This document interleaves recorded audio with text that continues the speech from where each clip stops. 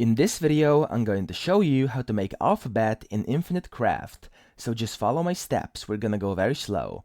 Now the first thing you need is earth and water, which will get you a plant.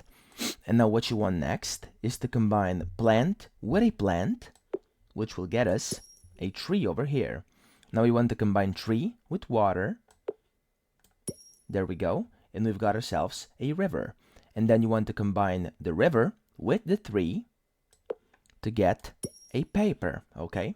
And now if you combine paper with a paper, you get a book, and that's part of what we need.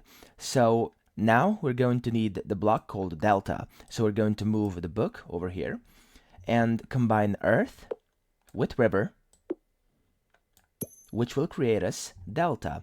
And now, as you can see, if we combine delta with the book, we get an alphabet, which is exactly what we've been looking for.